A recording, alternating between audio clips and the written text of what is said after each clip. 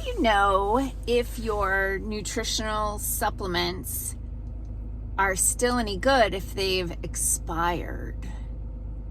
We'll talk about that and a few other tidbits today. Hey, I'm Dr. Patti Bartsch. I'm a traditional naturopath and founder and owner of Naturally Unbridled Wellness in Onalaska, Wisconsin, and naturallyunbridled.com. And this is Down the Ridge with Dr. Patti, where I give you 7 to 10 minutes of holistic life and wellness information on my way to work, or in this case, to the gym.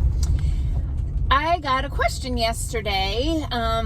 Someone in my family went to a family gathering for Christmas and was around some sick people and was like, hey, I have this supplement that is for the immune system, but it expired this month. Can I still take it?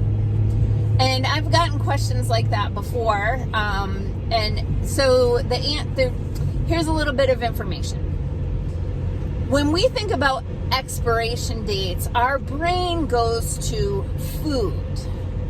Expired food is a bit of a different story because if your food's been around too long and it's not completely loaded with chemical preservatives, it is going to spoil and become rancid or moldy or whatever, and therefore toxic, and so you shouldn't eat expired food or expired milk or that sort of thing.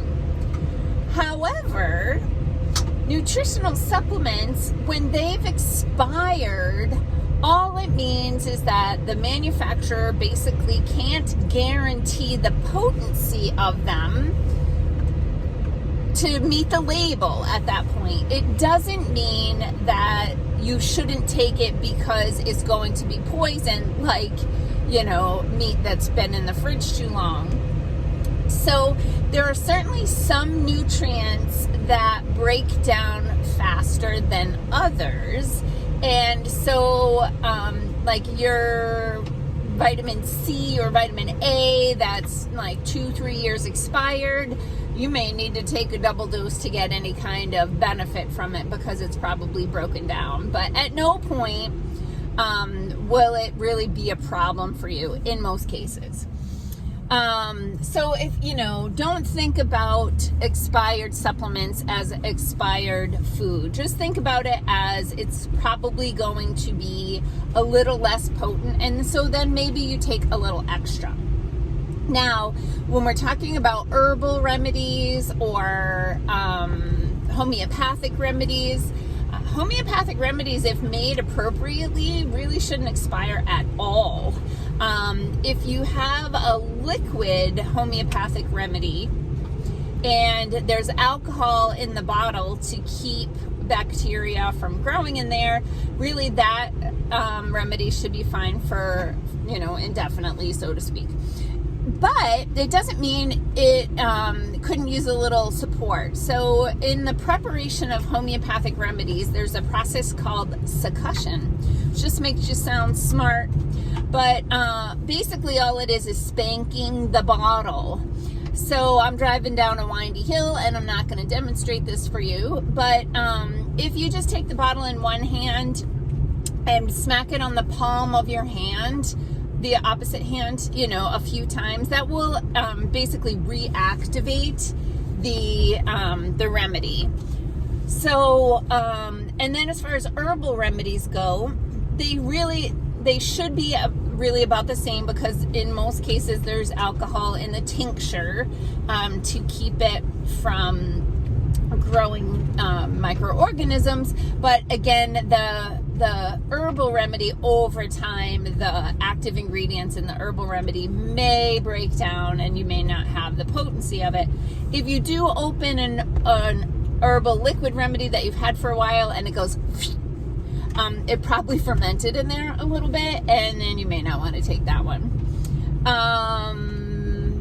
Okay, so then other things I wanted to talk about, because a couple of weird things happened to me over the Christmas weekend. So I've had this happen before where if I post something about something that's a regional like food thing here in the upper Midwest, keeping in mind I'm from Boston, and so there's stuff here like that I still am like, ugh. And one of the things was these pickles wrapped in cream cheese and ham. And I know there's a bunch of people watching these videos going, oh, I love those. But let me tell you, for an outsider looking in, those are nauseating. And I had written on my Facebook post where I posted these, which were jokingly in the meme called Wisconsin Sushi, I had said, because someone was like, why are these unhealthy? I'm like, well, there's a crap ton of sodium in them. And they were like, how? Right? They asked, like, they were challenging me about how is there too much sodium in here? And I'm like, well, pickles and ham both have excessive amounts of sodium. And then they push back again. How much is too much sodium? And naively, I'm thinking they actually want to know, but what they really wanted to do was just fight about it and be right. And I was like, oh, well, the rule of thumb for sodium is the amount of calories per serving should not exceed, or the amount of sodium in milligrams should not exceed the amount of calories per serving. So if you're looking at 100 calories in a serving, you shouldn't have more than 100 milligrams of sodium. And that's just the rule of thumb based on like how much sodium is deemed to be too much sodium. And this person just like pushed back and sent me a private message about like how my canned food that I make is like has no nutrition in it, and I was just like, dude, I thought you really wanted that information. I thought you really wanted to know how much sodium was too much sodium. I'm trying to give you that information. I didn't know you just wanted to be right. Have at it. And so the other thing, something that hit my radar recently, which was kind of funny, one of my clients had some blood work done and her vitamin D level came back like way too low, especially way too low for freaking cold and flu season, so to speak.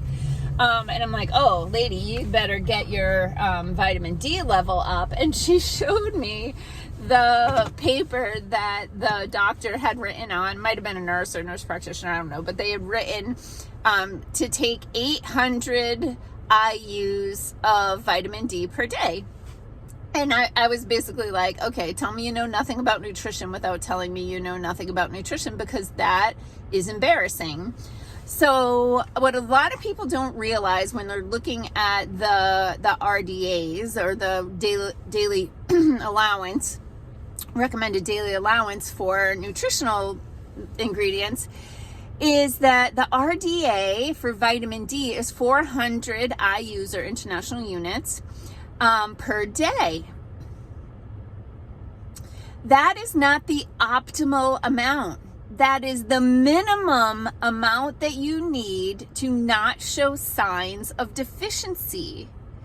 And there are some people who can take in that amount easily, but not really get their blood serum levels up. They don't metabolize everything appropriately. So they need higher levels. So in the natural health world, most people will tell you that about 5,000 international units a day is a good maintenance dose, and that if you are very low in vitamin D, and that's been determined by a blood test, then you can take 10,000 or even 20,000 IUs per day for a period of time until you get your levels to an optimal level, which in my opinion is somewhere between 70 and 100. And then you can find your maintenance dose. Like, what dose do you need to take in every day to keep your vitamin D level where it's at? So anyway, I just wanted to give you a little bit of information on expired remedies and supplements. Oh, one other thing I did want to say about that is pay attention to your bottles, because sometimes on the bottle, it's actually a birth date and not an expiration date. So it's the date of manufacture. So it's basically the date that the raw ingredients got put into the capsule, and then the capsule got put into a bottle. And so when you're reading expiration dates on those things, keep in mind that the raw ingredients that got put into the capsule didn't automatically start this ticking time bomb the second those capsules get put into a bottle, right? Those things are going to last a little bit longer than you think, and maybe even a lot longer. So I'm on my way to the gym. Peace out, peeps. Have a healthy day.